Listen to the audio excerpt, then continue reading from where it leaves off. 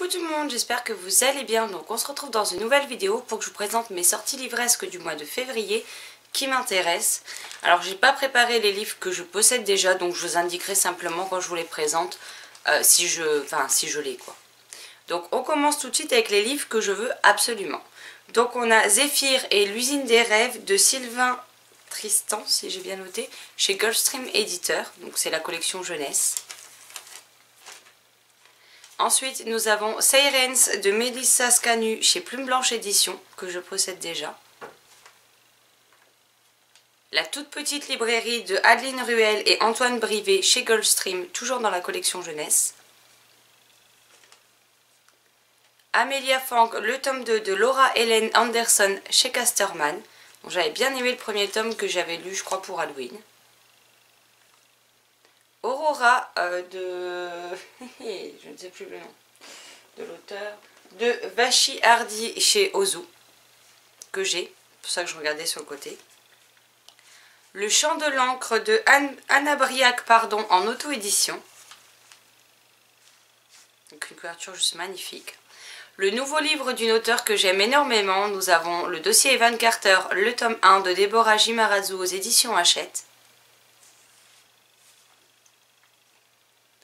Le tome 2 de Hotel Heartwood de Cali George, publié chez Casterman, dont j'avais adoré le premier tome.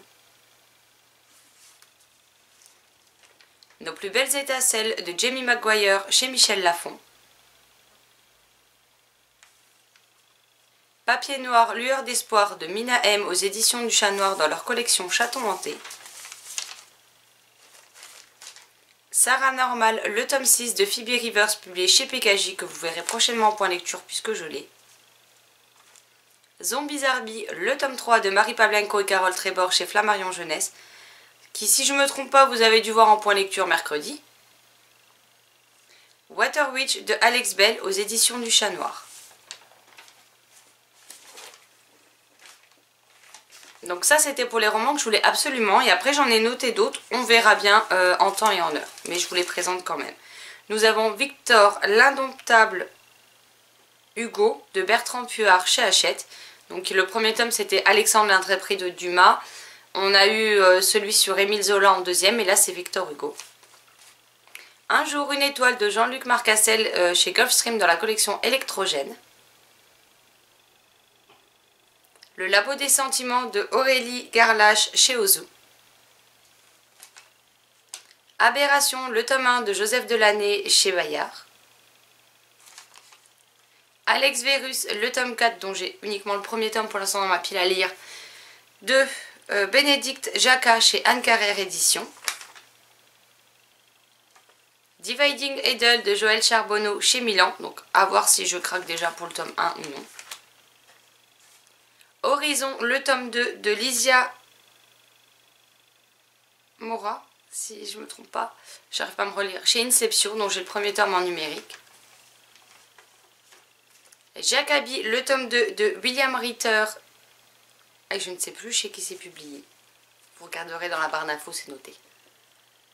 La Cité du Ciel, le tome 1 de Amy Ewing à la collection R.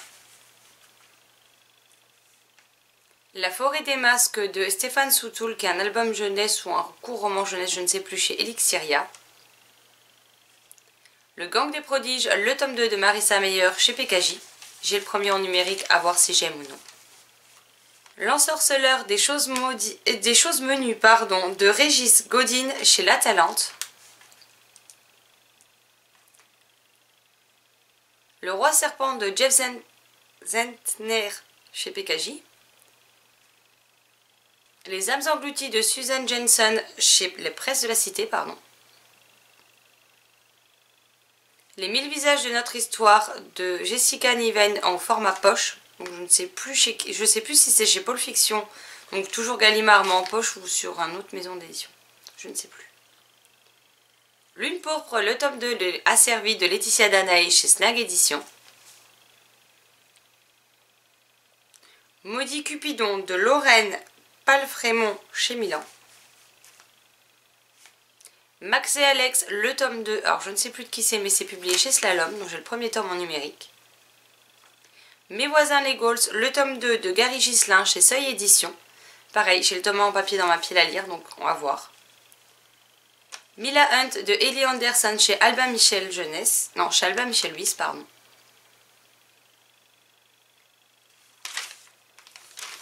Next Stop Love de Léa Conan chez PKJ. Alors là, il y a 2 tomes qui sortent en même temps, c'est Cœur Grenadine, je vais y arriver. Hein. Il y a Un macaron pour 2 de Suzanne Nelson chez Bayard. Sur l'écorchure de tes mots de Pascaline Nolo chez Le Chat Noir. Roi de cendres, je ne sais plus de qui, chez Milan.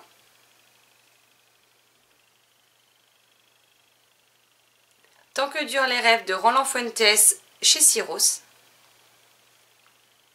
The Effigies, le tome 3 de Sarah Rollet, publié chez Lumen. Donc j'ai pour l'instant le premier tome dans ma pile à lire, donc on verra bien ce que ça donne. The Ivy Chronicles, le tome 2 de Sophie Jordan aux éditions J'ai lu. Donc le premier tome s'appelle Prémisse. Un frère de trop de Sébastien Théveny, publié aux éditions Michel Lafon. Et Un palais de cendres et de ruines, le tome 3 de Sarah Gimas aux éditions de La Martinière. Donc là pareil, j'ai le premier tome qu'on va se lire en lecture commune avec Sylvie, donc à voir si j'aime ou pas. Ce qui est beaucoup le cas pour tout ce qui est les séries, ça va dépendre si j'aime les premiers tomes, que je les possède ou non, mais si j'aime, je continuerai, si j'aime pas, il n'y aura plus lieu d'être, tout simplement. Nous sommes le 25 février, donc normalement il ne devrait plus y avoir de surprise au moment où je vous tourne cette vidéo, on devrait avoir toutes les indications des sorties du mois, donc voilà.